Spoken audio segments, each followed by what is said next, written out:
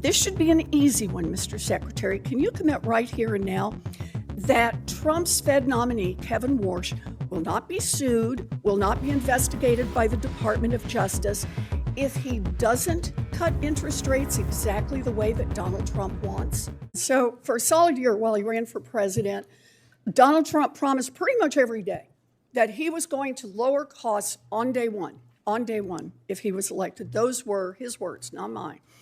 So Secretary Bessent, you are one of the president's top economic advisors. Let's just start with a little truth-telling about the Trump economy 1 year in. Affordability is the top concern for Americans across the country. Donald Trump has called affordability, I want to get this right, a hoax. He's called it a scam. He's called it a con job. You're the Secretary of Treasury. You know the numbers. Is affordability a hoax, a scam, or a con job? Senator, it may be a bit nuanced for you, but what President Trump is referring to is the media saying that the affordability crisis was generated by this administration when it was you and President Biden who destroyed the buying power of the American people. So there is an affordability crisis, and you were front and center in it. So let me make sure that I understand. Donald Trump is not saying that affordability, what's happening to families right now, is a hoax? He is saying that trying to lay the blame at this administration rather than the Biden-Warren economy is a hoax. Okay, so it all happened before he got it. And everything that's happened since then, nothing is a hoax here. 21.5% cumulative inflation. Let me just ask about what's happened in the 1 year that Donald Trump has been president. Last week, President Trump said, quote, "We have the groceries going down."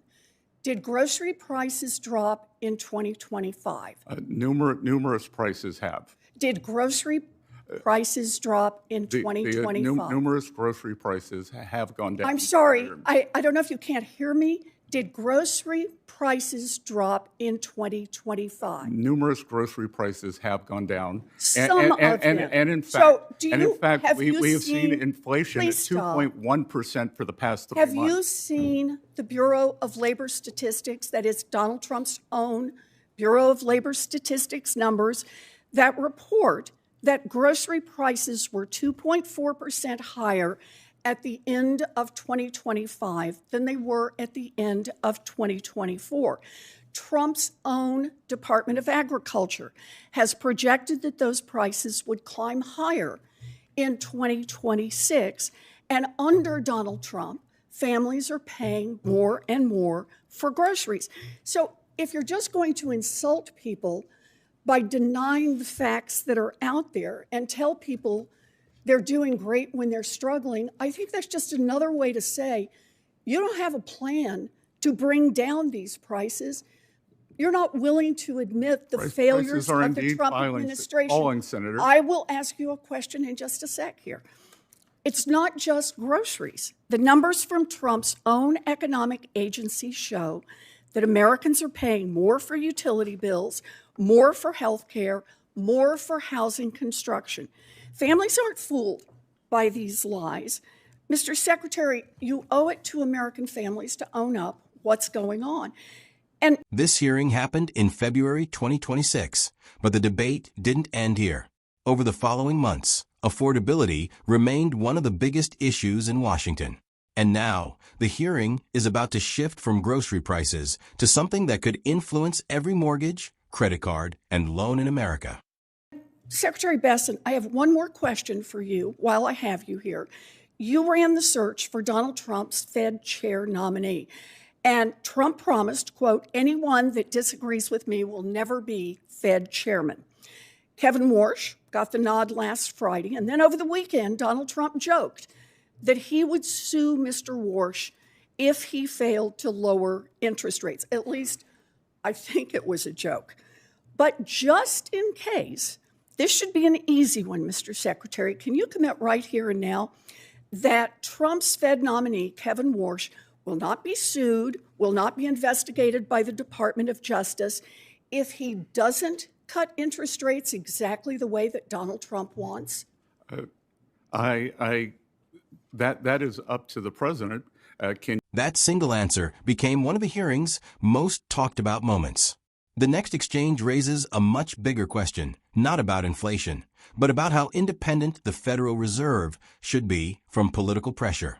You commit that you will. I'm sorry. Can you commit that you will not hold that he hold won't up? be sued if he doesn't drop interest rates? Can you? And he won't be criminally investigated? The president also made a joke about you that I won't repeat, Senator Warren. That was the actually, easy I will. one. He said he had reservations. If this was a joke, why not just say so? It was a joke, and he made a joke about you too, Senator Warren. Yes, he got a lot of laughs. Got a lot of laughs. Yeah. So I don't know if you want to respond to that. I do want to respond. What I can't tell you think the American people Mr. are Warsh laughing. is highly qualified. They're the ones who are struggling with affordability. Why don't you tell the nation what you told me, that you held up Chair Powell's renomination? We're going to move on to. Looking back, this hearing became about much more than a disagreement over grocery prices. It highlighted two major questions that continue shaping the American economy: whether families were actually feeling relief from inflation, and whether the Federal Reserve could remain independent while facing pressure from elected leaders. During the first half of the hearing, Senator Elizabeth Warren challenged the administration's message that the economy was improving for everyday Americans. She pointed to government data showing that many household expenses, including groceries, remained higher than the previous year and argued that families were still struggling with the cost of living. Her broader argument was that official statements about economic improvement meant little if people continued feeling financial pressure every time they visited a grocery store, paid rent, or covered monthly bills. Treasury Secretary Scott Bessent defended the administration's record from a different perspective. He argued that inflation had slowed compared with earlier years and blamed much of the affordability crisis on economic conditions inherited from the previous administration. Rather than accepting Warren's interpretation, he maintained that economic progress should be measured by improving inflation trends and the broader direction of the economy. That disagreement reflects one of the biggest challenges in economic policy. Lower inflation does not necessarily mean lower prices. It means prices are rising more slowly than before. For many Americans, that distinction matters because everyday expenses can still feel high even when inflation is declining. That's one reason affordability remains such a central political issue long after this hearing ended. The second half of the hearing shifted to an entirely different concern: the independence of the Federal Reserve. Warren questioned Bessent about President Trump's comments regarding Federal Reserve leadership and asked whether political disagreements over interest rates could lead to investigations or legal action against the Fed chair.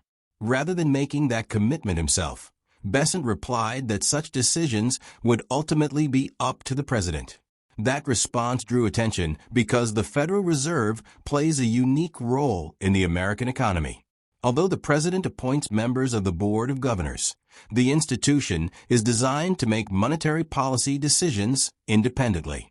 Supporters of that structure argue it helps protect long-term economic stability from short-term political pressure.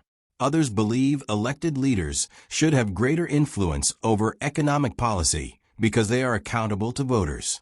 This hearing reflected that continuing debate. Looking back, the issues raised here extended far beyond one committee hearing. They touched on affordability, inflation, public confidence in economic data, and the relationship between the White House and one of the country's most important financial institutions. Those questions remain central to economic discussions today. Whether viewers agree more with Senator Warren's criticism or Secretary Bessent's defense, this hearing illustrates how the same economic numbers can lead to very different political conclusions.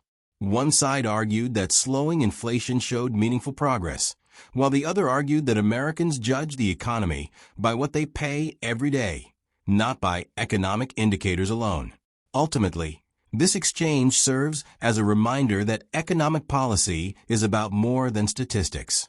It's about how government decisions affect household budgets, consumer confidence, and trust in public institutions.